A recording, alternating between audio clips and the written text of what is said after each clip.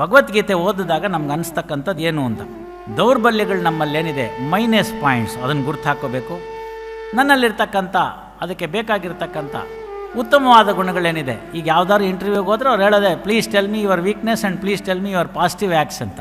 ಅದನ್ನು ತನ್ನಲ್ಲಿರ್ತಕ್ಕಂಥ ಉತ್ತಮ ಗುಣಗಳನ್ನು ಅರಿತುಕೊಳ್ಳೋದು, ಮಾನವ ಸಂಬಂಧಗಳನ್ನು ಕಾಪಾಡಿಕೊಳ್ಳೋದು. ಸ್ಪಷ್ಟವಾಗಿ ಹೇಳಿಬಿಟ್ಟಿದ್ದಾರೆ ಮಾನವ ಸಂಬಂಧದ ಬಗ್ಗೆ. ಏನಾದರೂ ಸರಿಯೇ ಮೊದಲು ಮಾನವನಾಗುವಂಥ ಕವಿವಾಣಿ. ಕೀರ್ತಿ, ಹಣ, ಸಂಪಾದನೆ. ಕೀರ್ತಿ ಅಂದರೆ ನೋಡಿ, ಯಥಾ ಪ್ರಕಾರ ಇಂಗ್ಲೀಷ್ ತಪ್ಪು. ಯಶಸ್ಸು ಬೇರೆ, ಕೀರ್ತಿ ಬೇರೆ. ಯಶಸ್ಸು ಅಂತಂದರೆ ಸಕ್ಸಸ್ಸು, ಕೀರ್ತಿ ಅಂತಂದರೆ ಅಪಕೀರ್ತಿಯೂ ಆಗಬಹುದು. ಐದರ್ ಫೇಮಸ್ ಆರ್ ನಟೋರಿಯಸ್ ಅಂತ. ಇದ್ರಪ್ಪ ಇಲ್ಲೊಬ್ರು ಜಡ್ಜು, ಅವ್ರ ಮುಂದೆ ಹೋಗೋದೇ ಕಷ್ಟ ಅಂತ, ಅದು ಅಪಕೀರ್ತಿ. ಇಲ್ಲೊಬ್ರು ಜಡ್ಜ್ ಇದ್ರಪ್ಪ ಅಂಥವ್ರು ಇನ್ನೊಂದೆರಡು ವರ್ಷ ಇದ್ದಿದ್ರೆ ಚೆನ್ನಾಗಿತ್ತು ಅಂತ ಅವ್ರು ಇಲ್ದಿರುವಾಗೂ ಮಾತಾಡ್ಕೋತಾರಲ್ಲ, ಅದು ಕೀರ್ತಿ. ಅದನ್ನು ಪುಸ್ತಕದಲ್ಲಿ ಆ ಚಲನಚಿತ್ರ ತೋರಿಸುವಾಗ ಪುಟ್ಟಣ್ಣ ಕಣಗಾಲ್ ಹೇಳ್ತಾರೆ, ಹಿಂದೂಸ್ತಾನವು ಎಂದೂ ಮರೆಯದ ಭಾರತ ರತ್ನವು ಜನ್ಮಿಸಲಿ ಅಂತ ಹೇಳುವಾಗ ಕೀರ್ತಿವಂತನಾಗು ಅಂತ ಹೇಳ್ತಾರೆ. ಅವರು ಯಶಸ್ಸನ್ನ ಮಾಡು ಅಂತ ಹೇಳಲ್ಲ, ಕೀರ್ತಿವಂತನಾಗು ಅಂತ ಹೇಳ್ತಾರೆ. ಇದನ್ನೆಲ್ಲನೂ ಜೋಗುಳದ ಹಾಡೋದು. ನಮಗೆ ಗೊತ್ತಿರತಕ್ಕಂಥದ್ದು 6 ಆಸ್ತಿಗಳನ್ನು ಭಗವದ್ಗೀತೆ ನಮಗೆ ಕೊಡ್ತಾ ಹೋಗುತ್ತೆ. ಈಗಿನ ಕಾಲಕ್ಕೆ ಒಂಚೂರು ಬದಲಾವಣೆ ಮಾಡ್ತೀನಿ. ಧೈರ್ಯಂ ಸರ್ವತ್ರ ಸಾಧನಂ, ಅದೆಲ್ಲರೂ ಒಪ್ತೀರಿ. ಹೌದು. ಧನನ ನಾವು ಸ್ವಲ್ಪ ಈಗಿನ ಕಾಲದಲ್ಲಿ ಬರೇ ದುಡ್ಡಿಗೆ ಉಳಿಸ್ಕೋಬಾರ್ದು, ಅದನ್ನು ಸಂಪತ್ತು ಅಂತ ಬೆಳೆಸ್ಕೋಬೇಕು. ಸಂಪತ್ತು it need not be in the form of rupee only. ನೋಡಿ, ಇಲ್ಲಿಂದ ಏನಾದರೂ ತೊಗೊಂಡು ಹೋಗೋಕ್ಕಾಗತ್ತಾ ನಾವು?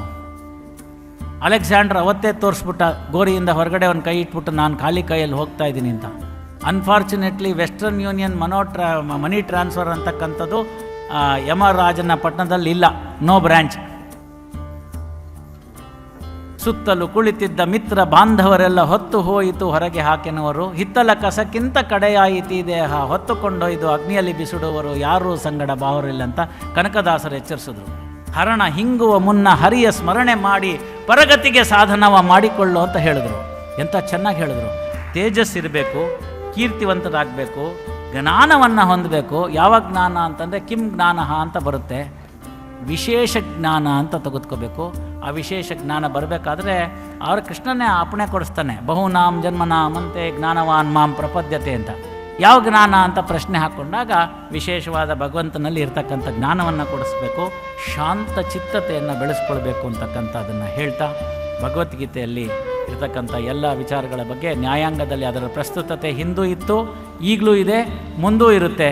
ಯಾವ ಸಂಶಯಗಳಿಗೆ ನಿಮಗೆ ಎಂದು ಯಾವತ್ತು ಮನಸ್ಸಿನಲ್ಲಿ ಕೊಂಚ ಮಾತ್ರವಾದರೂ ಡಿಪ್ರೆಷನ್ ಅಂತ ಕಂಡ್ರೆ ನೀವೇನು ಮಾಡಬೇಕಾಗಿಲ್ಲ, ಯಾವುದು ಆ್ಯಂಟಿ ಡಿಪ್ರೆಸೆಂಟ್ ಮಾತ್ರ ತೆಗೆದುಕೋಬೇಕಾಗಿಲ್ಲ.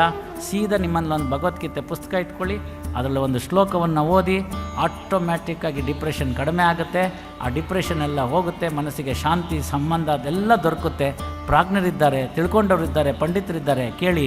ಸುಲಭವೋ ಹರಿ ನಿನ್ನ ನಾಮವು ಅಂತ ಭಗವದ್ಗೀತೆಯಲ್ಲಿ ದುಡ್ಡಿಲ್ದಲ್ಲೇ ಸಿಗ್ತಕ್ಕಂಥ ಏಕೈಕ ಮಾರ್ಗ, ಏಕೈಕ ಶಾಂತಿ ಮಾರ್ಗ, best anti depressant in the world ಅಂತ ನಾನು ಹೇಳಿದ್ದಲ್ಲ, ಸೈಕಿಯಾಟ್ರಿಸ್ಟ್ ಹೇಳ್ತಾನೆ. ಅಂತಹ ಒಂದು ಗ್ರಂಥವನ್ನು ಇಟ್ಕೊಂಡಿದ್ದೀವಿ. ನ್ಯಾಯಾಧೀಶರಿಗಳಿಗೂ ಈ ಒಂದು ಸಂದರ್ಭದಲ್ಲಿ ಅಯ್ಯೋ ನನ್ನಿಂದ ತಪ್ಪಿಸ್ಕೊಂಡು ಹೊಟ್ಟೋಯ್ತಾ ಅನ್ನೋ ಒಂದು ಭಾವನೆ ಬಂದಾಗ, ಸ್ವಲ್ಪ ಮಟ್ಟಿನ ಡಿಪ್ರೆಷನ್ ಏನಾದ್ರು ಉಂಟಾದಾಗ ಪುನಃ ರೀಚಾರ್ಜ್ ಆಗೋ ಏಕೈಕ charger, universal charger, universal adapter ಯಾವುದು ಅಂದರೆ ಭಗವದ್ಗೀತೆ ಅಂತ ಹೇಳ್ತಾ ನನ್ನ 4 ಮಾತುಗಳಿಗೆ ಮಾಡ್ತಾಯಿದ್ದೀನಿ.